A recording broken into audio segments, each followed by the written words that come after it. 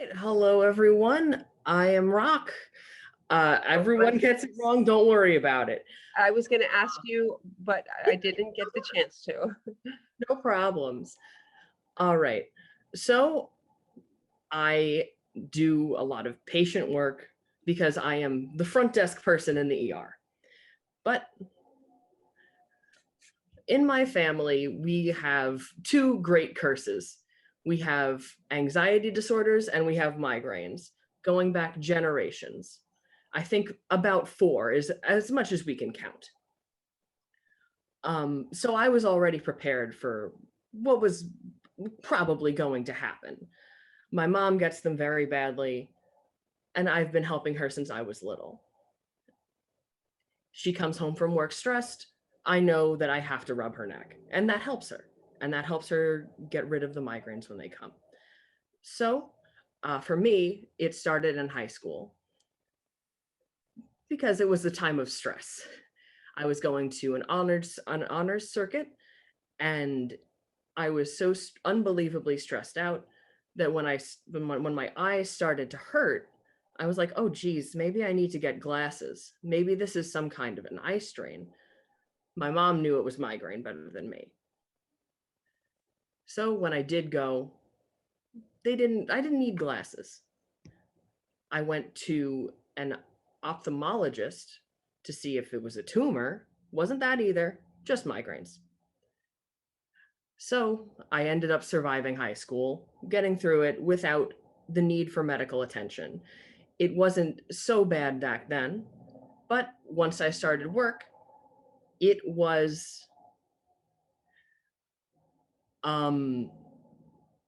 absolutely crushing. I was getting migraines for, for days on end, nonstop, 7 to 8 pain scale, jumping up into the 9s. Because I was new to working, and geez Louise, to the ER. As you can understand, it's a very high stress environment, and that did not work very well for me. My little anxious baby self. And I've struggled with anxiety and depression for my whole life, which are also comorbid with migraine. So when I started to work, it was like I was drowning in both psychiatric illness and in migraine. And there is nothing harder to claw yourself out of than a depressive episode when you have a migraine. It's like you are sad, you are in pain, you don't want to even get out of your bed. So I couldn't really, it was hard to find the strength to help myself. And I didn't even know where to turn. It was by sheer chance that my mom suggested that I call the nurse helpline for my insurance. And then I was connected to the wonderful team that I have now. And I've been managing my migraine with them since. But the thing is, it's sometimes you don't know where to turn. Sometimes you're simply not sure of what the next step should be. And it's important to reach out to somebody else because they may know something that you don't. Because it's really, you can't stick things out by yourself forever. No man is an island, and you aren't either. You cannot just slog through the days, just being like, okay, whatever, this is hurting, but I can't make it stop. But sometimes you really just need that other insight. But once I started taking my migraines seriously, they started to get better because I was caring for myself. And looping back to Dr. Armand's presentation, sometimes the only person you can do anything about is yourself. And you're the only person who can make things better. Um, but once I started to take care of that aspect of my life, my anxiety got better. My stress levels got much better because I was thinking about it.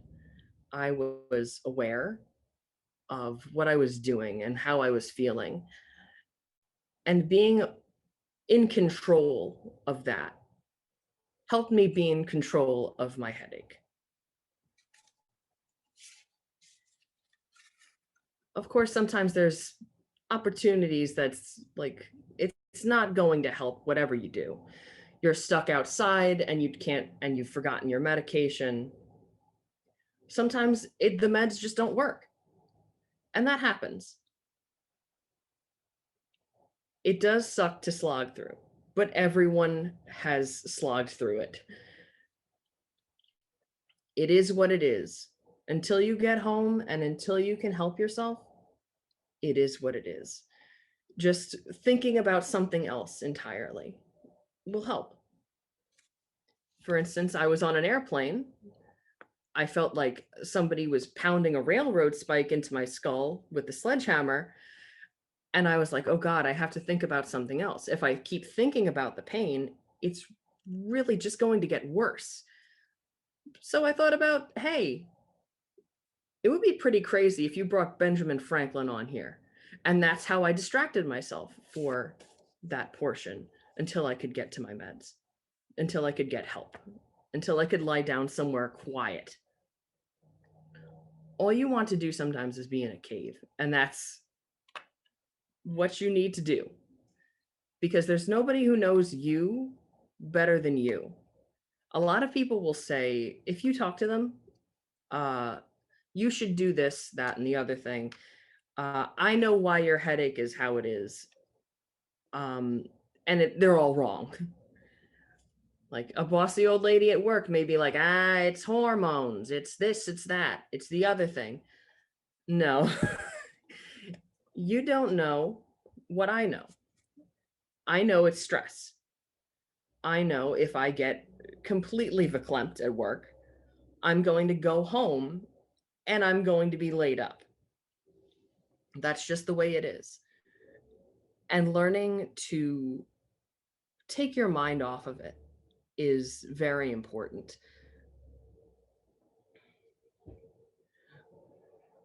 Um, Learning ways to mitigate that stress is one of the most important things you can do. It's one of the hardest things you can do. Um, but for myself, I also participated in studies with our very own Dr. Sang. I was in a migraine journal study, which helped me understand myself more. And it's also because I like to help other people. I like to help other people who are suffering like myself. Even in my job in the ER, I can tell when somebody comes to my desk and is face to face with me with a migraine because I've been there.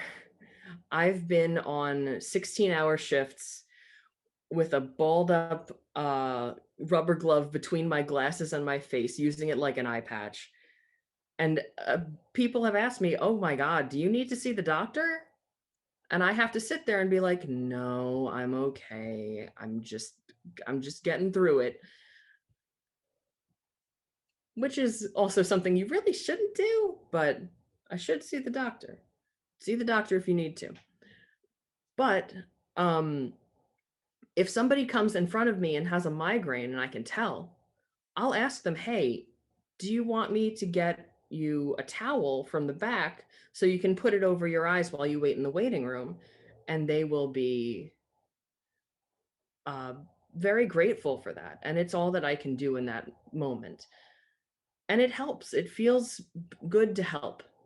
It feels good to be able to provide a little bit of support to somebody else who is also going through it. even if that support is just a towel, even if it's talking to somebody who understands for once, who's not going to have you sit in a crowded waiting room and just with nothing for you. Um, that help I've also thought about with myself because I've thought about, hey, what would you want somebody else to do for you when you're in an attack? And I think, well, I would like someone to bring me like a hot like a hot compress for my face so that because that helps. And I've talked to my mom about it and she is more than happy to help me when I need it. I'm also very blessed to have an understanding partner. We are long distance, so when I get the chance to go out there, it's fantastic for a few days, and then I get letdown headaches from being in a stressful environment and then going to a zone of no stress at all. And I'm completely out of commission for a few days, and I feel terrible about it, but they understand.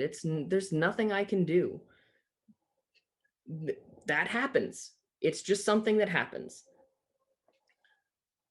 I'm very fortunate that they'll sit there on the couch with me and just hang out because that's all you can do sometimes. Just hang out with, just to be in the presence of somebody who gets it is helpful. Um, for myself, though, I have really started to take care of myself more and more these days. And I've noticed a pretty good reduction in my stress migraines because of it. I've taken the time to eat well, to sleep right, and to get out on a walk every now and then. Getting outside in nature is one of my favorite ways to de-stress. Just sitting in a park and watching the birds, just hanging out.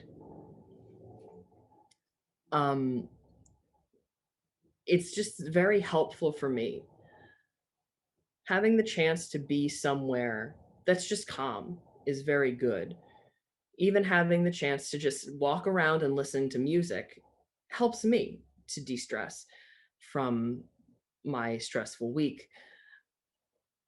Another thing that helps is the great New York tradition of kvetching, which is to say complaining.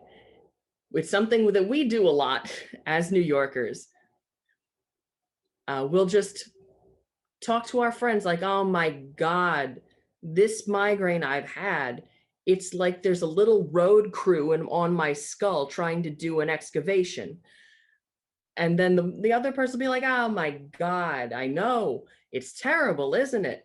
But that's how we bond here. It's helpful, it's soul cleansing just to have somebody else who will commiserate with you, who you can vent to, because venting is a very important thing. It's important not to pretend that everything is all roses and daisies all the time, because it's not. When is it ever? And it's something that's so good about that you know, it's good. Um, finding stress management solutions is something really important. And if you can find something that works for you, fantastic. I like to have a scheduled event where I talk to my friends. But it is, in the end, it is all about knowing who you are, knowing what will help you, and slowly working at it to find out how I can make this better for myself. Um, it's like science that way. You try something, oh, it doesn't work. Let, let's move on. Let's try the next thing. Let's try the next thing. Let's try this. Oh, this helps. Let me keep doing it. And of course, that's baby stuff, baloney stuff, but it's helpful to do. Um, and I think the most important thing is if you have somebody who isn't listening to you, who doesn't really hear you, you can just go. You don't have to talk to that person. You can, if it's clear that they're not understanding you and not listening, you can just say, all right, I'm going to hit the bricks. Goodbye. And you can find somebody else, whether that is an unhelpful provider or just an unhelpful acquaintance, somebody, some schmuck at work who's just like, this is not somebody who you're talking to at the water cooler who's just like, we all get headaches. We all have hangovers. You just kind of have to go, it's not worth it with this one. And knowing who to talk to and who to explain stuff to, who you can explain stuff to without being judged is a very, very good part of coping with your disorder, which is good. It's coping skills are something that we all need to have. And I think everyone can agree with that. All right. Um, Even something very small can help too. If you have to be in the vicinity of a trigger for extended periods of time, like working, or because if you work in an office and your triggers are light, the screens are not kind to you. So finding something that can help mitigate triggers is going to be of highest importance.